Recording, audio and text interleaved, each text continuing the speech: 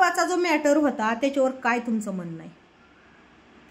नाही, खरंच फक्त तो मुस्लिमचा पोरगाच गुन्हेगार आहे, काही हिंदूची बाई बी तेवढीच गुन्हेगार आहे? तुम्हीच सांगा.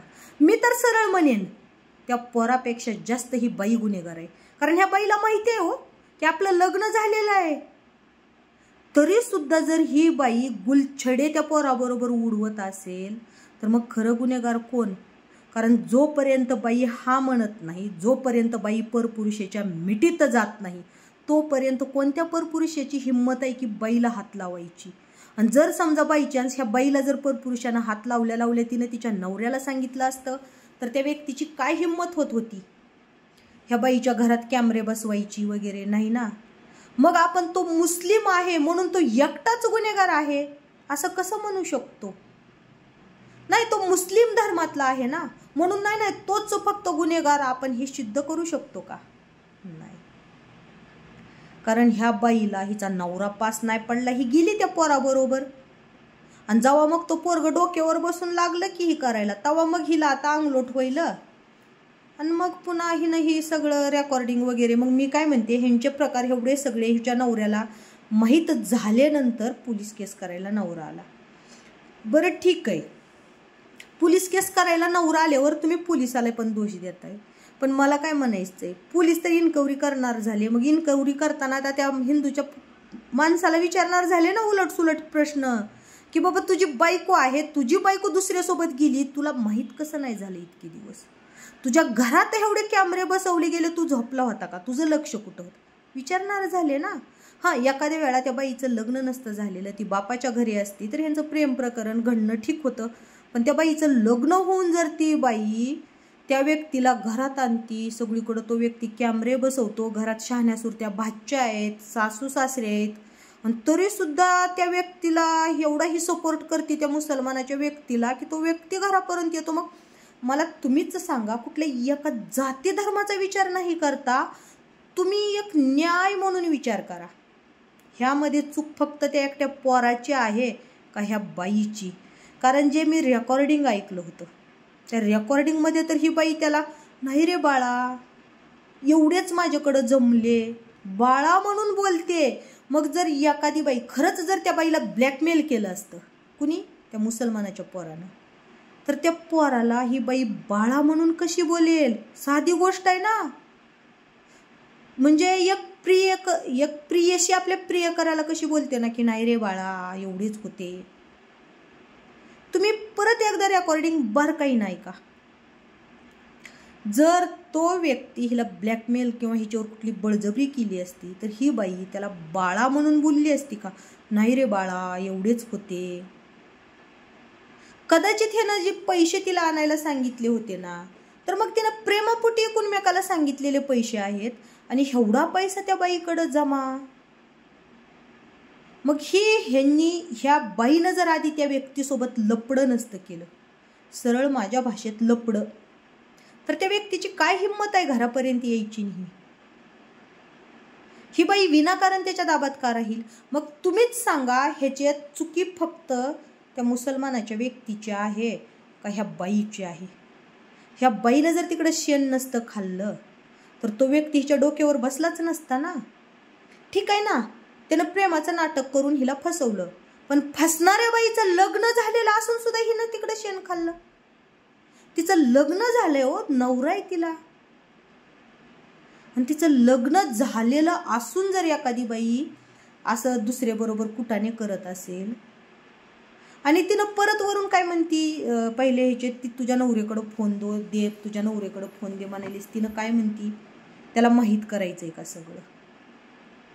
कुठं दिसतं तुम्हीच सांगा आता, कुठं दिसतं की तो व्यक्ती हिला ब्लॅकमेल करायलाय?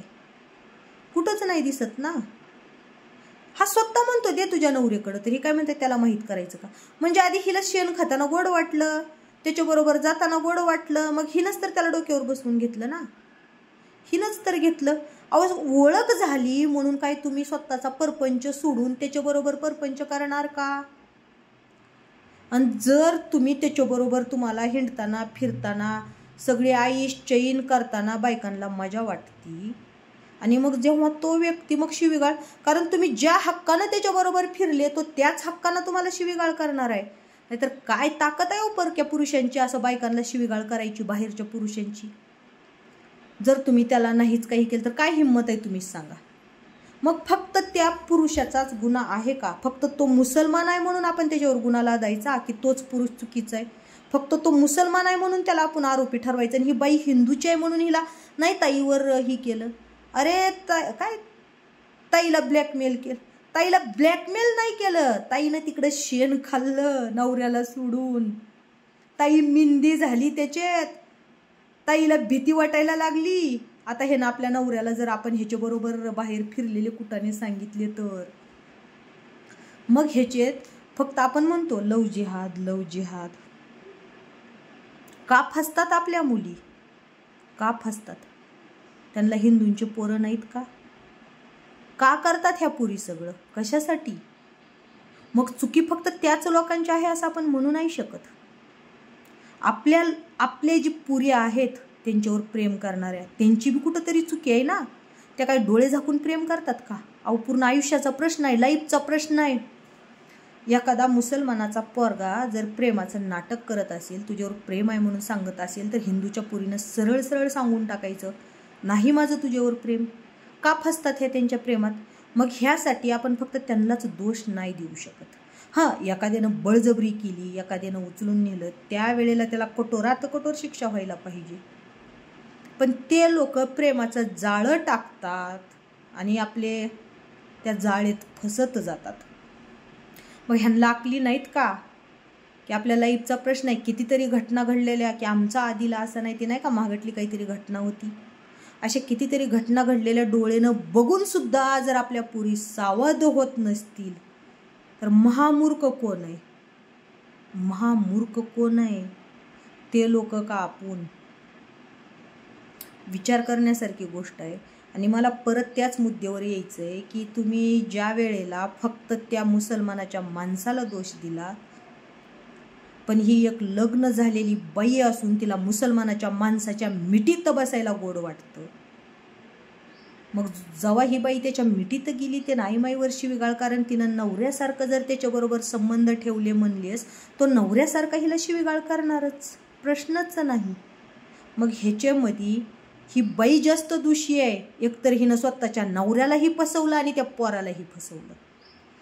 त्यामुळं ह्या बाईला ना कठोरात कठोर शिक्षा होणं गरजेचं आहे. अशी शिक्षा झाली तरच दुसऱ्या बायका सावध होतील की हिनं नवऱ्याला फसवलं, नवऱ्याला फसवून दुसऱ्या पोरालाही फसवलं. मग नाही, त्या पोराची एकट्याची चुकी कुठं आहे? तुम्ही दोन्ही बाजूनी विचार करा. तो मुस्लिम आहे म्हणून नाही तर एक माणुसकी ह्या नात्याने विचार करून बघा ना. हा परपुरुष आहे, बाहेरचा व्यक्ती, त्याला काय हिंमत होणार आहे तुमच्या घरात कॅमेरे लावायची? जर हिचा सपोर्ट नसेल तर काय हिंमत होणार आहे? आणि परपुरुषाला शेजाऱ्याने एखादा नुसतं आईला म्हणलं तर आपण 4 कानाखाली ओढू ना की तू माझ्या आईला का बोलला? ह्या बाईला ती एवढं, आणि तो इतकंच नाही म्हणत यापुढं फोन नाही करणार, मग ब्लॉक करतो. हिला किती वाईट वाटायला? म्हणजे कुठंतरी हिनं त्याच्या पाठीमागं लागलेली आहे. तो पैशासाठी इतका आडवं बोलला तरी ही नाही रे बाळा, मी घरी गेल्यावर बघितले एवढंच होते. म्हणजे ही त्याला किती प्रेमात बोलती. मग ह्या कॉल रेकॉर्डिंगवरून कुठं सिद्ध होतंय की तो व्यक्ती हिला ब्लॅकमेल करतोय? कारण कॉल रेकॉर्डिंगमध्ये ब्लॅकमेल म्हणजे काय? मला एवढे पैसे दे नाहीतर मी तुझं असं असं बाहेर सांगेन, ह्याला ब्लॅकमेलिंग म्हणतात. पण तो तसा काहीच बोललेला नाही. उलट हिनं प्रेमानं नाही रे बाळा, मी घरी गेले तर एवढेच होते. मग ह्या कॉल रेकॉर्डिंगमध्ये ब्लॅकमेलिंगचा प्रकार कुठं दिसतो तुम्हाला? हां, ती तुझ्या नवऱ्याला फोन दे, तुझ्या नवऱ्याला फोन दे, कोण आहेस तू? तो स्वतः म्हणते हां मी आहे छिन्ना. कोणती बाई अशी म्हणेल का? तुम्ही सांगा ना, कोणती बाई म्हणेल का? आणि समजा ब्लॅकमेल बी म्हणलं तर समजा मग ब्लॅकमेल कशासाठी करत असेल? चला ठीक आहे, तो मुसलमानाचा पोरगा जो आहे त्या बाईला तर कोणत्या गोष्टीचं करत असेल? कदाचित त्या बाईचे काहीतरी वाईट फोटो असतील, उघडे नागडे असतील, किंवा कुठंतरी लॉजला गेलेले त्या दोघांचे फोटो असतील. ह्याच्यावरूनच ब्लॅकमेल करू शकतो ना माणूस. मग ही बाई ही सगळे प्रकार घडवतो तर तिच्यावर काय कुठली बळजबरी तर नसेल ना केलेली? जर हिनं सगळं स्वतःच्या सहमतीने केलं म्हणून तर त्याला नाही रे बाळा माझ्याकडे एवढेच होते. ही रेकॉर्डिंगमधले शब्द आहेत बरं का, ही मंच बोलत नाहीत. मला सांगायचं तात्पर्य हेच आहे, हे जी समाजामध्ये काही जे समाजसेवक समाजसेविका जे काही कार्यकर्ते राजकारणी किंवा पोलीस चौकीतले जी साहेब आहेत, तर कुठलाही ह्याच धर्माचा आहे आणि त्याच्यावरच अन्याय करावा किंवा तो त्याच धर्माचा आहे म्हणून तो चुकीचा आहे असं ठरवू नका, असं करू नका. कारण कसं असतंय, आपण एखाद्याची साईट घेतो तर ती साईट घेताना तो खरंच योग्य आहे का बघा. कसं असतंय, काय म्हणतात ना, 10 गुन्हेगार सुटले तरी चालेल पण एक निर्दोष मरता कामा नाही. 10 गुन्हेगाराला शिक्षा नाही झाली चालेल पण एका निर्दोष व्यक्तीला विनाकारण शिक्षा होऊ नये ह्याची जरा काळजी घ्या. नाहीतर तुम्ही धर्म वाचवत म्हणत माणुसकी विसरू नका, कारण खरा धर्म माणुसकी आहे.